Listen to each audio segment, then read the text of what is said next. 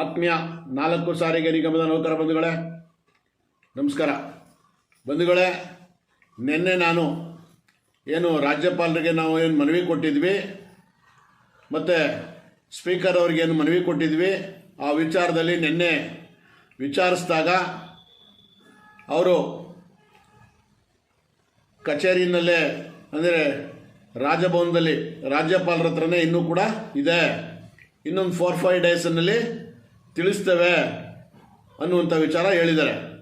ಅದಕ್ಕೆ ನಾನು ಅಂದ್ಕೊಂಡೆ ಏನು ಸದನ ನಡೀತಾ ಇದೆ, ಚಳಿಗಾಲ ಅಧಿವೇಶನ ನಡೀತಾ ಇದೆ, ಈ ವಿಚಾರದಲ್ಲಿ ಸ್ವಲ್ಪ ಡಿಲೇ ಆಗಿದೆ ಅನ್ನುವಂಥದ್ದು ಗೊತ್ತಾಗಿದೆ. ಆದ್ದರಿಂದ ಆಮೇಲೆ ಜೊತೆಗೆ ಹಲವಾರು ಜನ ನೌಕರರು ಅಣ್ಣ ನೀವು ಭಾಳ ಒತ್ತಡದಿಂದ ಇದ್ದೀರಿ, ನೀವೆಲ್ಲ ಇದನ್ನು ಎತ್ಕೊಂಡಿದ್ದೀರಿ, ನಿಮ್ಮ ಮೇಲೆ ನಮಗೆ ಭರವಸೆ ಇದೆ, ನೀವು ಯಾವುದೇ ಕಾರಣಕ್ಕೂ ಕೈ ಬಿಡಲ್ಲ ಅನ್ನುವಂಥ ವಿಚಾರ ಇದೆ, ಅದರಿಂದ ನೀವು ಇದನ್ನು ಯಾವುದೇ ಕಾರಣಕ್ಕೂ ಕೈ ಬಿಡಬೇಡಿ ಅನ್ನುವಂಥ ವಿಚಾರದಲ್ಲಿ ಹಲವಾರು ಜನ ಎಲ್ಲ ಕಡೆ ಫೋನ್ ಮಾಡಿ ಮೆಸೇಜ್ ಮಾಡಿ ತಿಳಿಸ್ತಾ ಇದ್ದೀರಿ. ನಾನೇನು ಹೇಳ್ತೀನಿ ಅಂದರೆ ಖಂಡಿತ ಯಾವುದೇ ಕಾರಣಕ್ಕೂ ಇದನ್ನು ಕೈ ಬಿಡೋ ವಿಚಾರನೇ ಇಲ್ಲ. ಯಾಕೆಂದರೆ ರಾಜ್ಯದ ಮುಖ್ಯಮಂತ್ರಿ ಮತ್ತು ಸಾರಿಗೆ ಸಚಿವರ ವಿಚಾರವಾಗಿ ಏನು ಸಾರಿಗೆ ನೌಕರಿಗೆ ಅನ್ಯಾಯ ಆಗಿದೆ, ಆ ಅನ್ಯಾಯದ ವಿರುದ್ಧ ಖಂಡಿತ ನ್ಯಾಯ ಕೊಡಿಸಲು ನಾನು ಯಾವುದೇ ಕಾರಣಕ್ಕೂ ಇಂಥಗೆ ಮಾತೇ ಇಲ್ಲ. ಜೊತೆಗೆ ಇವತ್ತು 72 ನಿಗಮ ಮಂಡಳಿಗಳಂತ ಹೇಳ್ತಾ ಇದ್ರು ಜನ. ನಾನೇನು ಹೇಳ್ತೀನಿ ಅಂತಂದರೆ 125 ಮಂಡಳಿಗಳಿದ್ದಾವೆ, ಸಾರ್ವಜನಿಕ ಉದ್ದಿಮೆಗಳು 125 ಇದ್ದಾವೆ. ನಮ್ಮ ಸಾರಿಗೆ 4 ಕಾರ್ಪೊರೇಷನ್ನು ಸೇರಿಸಿ ನಾನು ಹೇಳ್ತಾ ಇದ್ದೀನಿ. ಅದನ್ನು ಮಾಹಿತಿ ಹಕ್ಕಲ್ಲಿ ಕೇಳಿದಾಗ ಸಿಕ್ಕಿರುವಂಥ ಮಾಹಿತಿ ಇದು ನೋಡಿ. ಸಾರ್ವಜನಿಕ ಉದ್ದಿಮೆ ನೋಡಿ, ಸಾರ್ವಜನಿಕ ಉದ್ದಿಮೆ ಎಷ್ಟಿದೆ ಅಂತಂದರೆ 72, ಇದು 21 ಸರಿ. ಜೊತೆಗೆ ಇದು 51,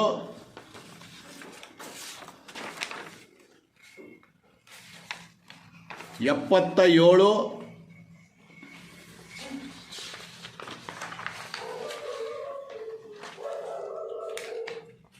104,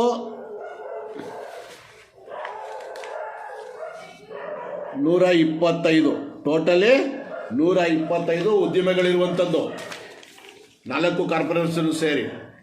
ಎಲ್ಲರಿಗೂ ಕೂಡ ಒಳ್ಳೆ ವೇತನ ಸಿಗ್ತಾ ಇದೆ, ವೇತನ ಮಾದರಿ ಒಳ್ಳೆ ವೇತನ ಸಿಗ್ತಾ ಇದೆ. ಆದರೆ ಸಾರಿಗೆ ನೌಕರಿಗೆ ಮಾತ್ರ 4 ಕಾರ್ಪೊರೇಷನ್ ಸಾರಿಗೆ ನೌಕರಿಗೆ ಮಾತ್ರ ಅನ್ಯಾಯ ಆಗ್ತಾ ಇರುವಂಥದ್ದು ಹಿಂದಿನಿಂದಲೂ ಕೂಡ ಆಗಿದೆ 1996ರಿಂದ.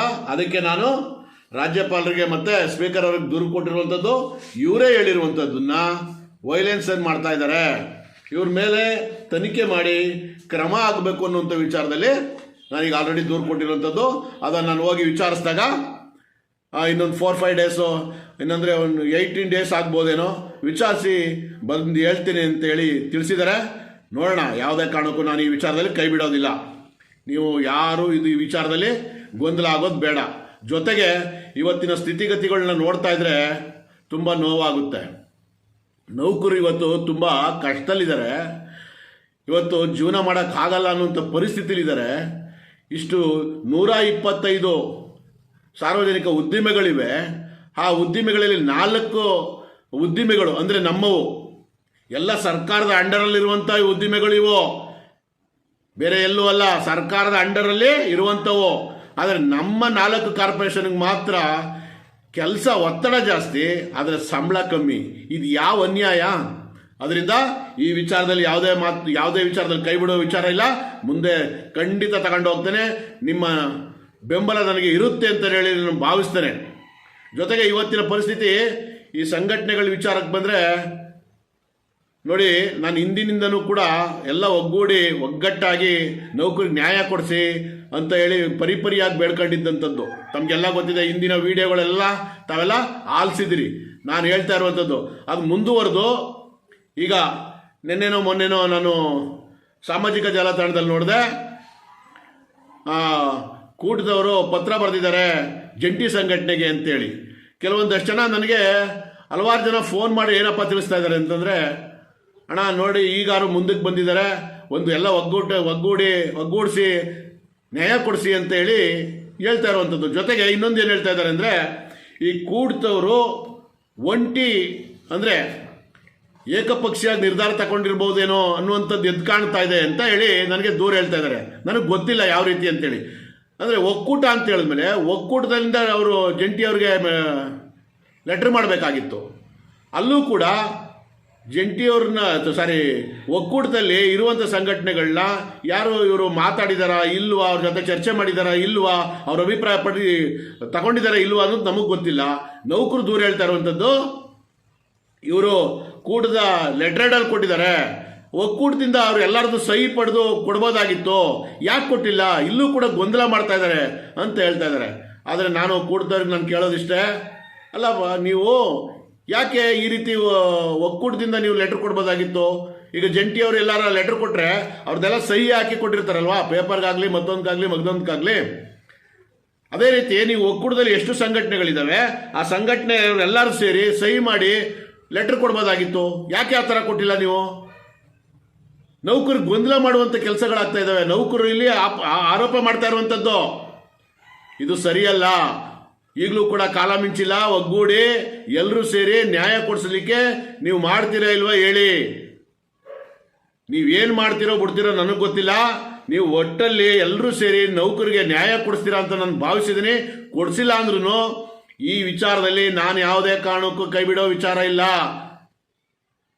ಸರಿಯಾದಂಥ ರೀತಿಲಿ ಆಗಲೇಬೇಕು. ನಮ್ಮ ನೌಕರಿಗೆ ಏನು ಅನ್ಯಾಯ ಆಗಿದೆ ಅದನ್ನು ಸರಿಪಡಿಸ್ಲಿಕ್ಕೆ ನಾನು ಏನು ಕೈಗೆತ್ಕೊಂಡಿದ್ದೀನಿ ಅದನ್ನು ಬಿಡೋ ವಿಚಾರನೇ ಇಲ್ಲ. ಅದರಿಂದ ನೀವು ಏನು ಮಾಡ್ತೀರೋ ಬಿಡ್ತೀರೋ ನನಗೆ ಗೊತ್ತಿಲ್ಲ. ಆದರೆ ನಾನಂತೂ ಯಾವುದೇ ಕಾರಣಕ್ಕೂ ಈ ವಿಚಾರನ ಬಿಡಲ್ಲ, ಎತ್ಕೊಂಡು ಹೋಗ್ತೀನಿ. ನೌಕರಿಗೆ ನಾನು ಮತ್ತೊಮ್ಮೆ ಕೇಳ್ಕೊತೀನಿ, ನೀವು ನನ್ನ ಬೆನ್ನೆಲುಬಾಗಿರಿ ಅಷ್ಟೇ ಸಾಕು. ಈ ವಿಚಾರದಲ್ಲಿ ನಾನು ಯಾವುದೇ ಕಾರಣಕ್ಕೂ ಇಂಥ ವಿಚಾರನೇ ಇಲ್ಲ. ಇದಕ್ಕೆ ಏನು ಹೋರಾಟ ಮಾಡಬೇಕು, ಕಾನೂನಾತ್ಮಕವಾಗಿ ಏನು ಹೋರಾಟ ಮಾಡಬೇಕು ಅದನ್ನು ನಾನು ಮಾಡೇ ಮಾಡ್ತೀನಿ. ಜೊತೆಗೆ ಈ ವಿಚಾರದಲ್ಲಿ ಕೆಲವೊಂದಷ್ಟು ಚರ್ಚೆಗಳಾಗಬೇಕಾಗಿದೆ.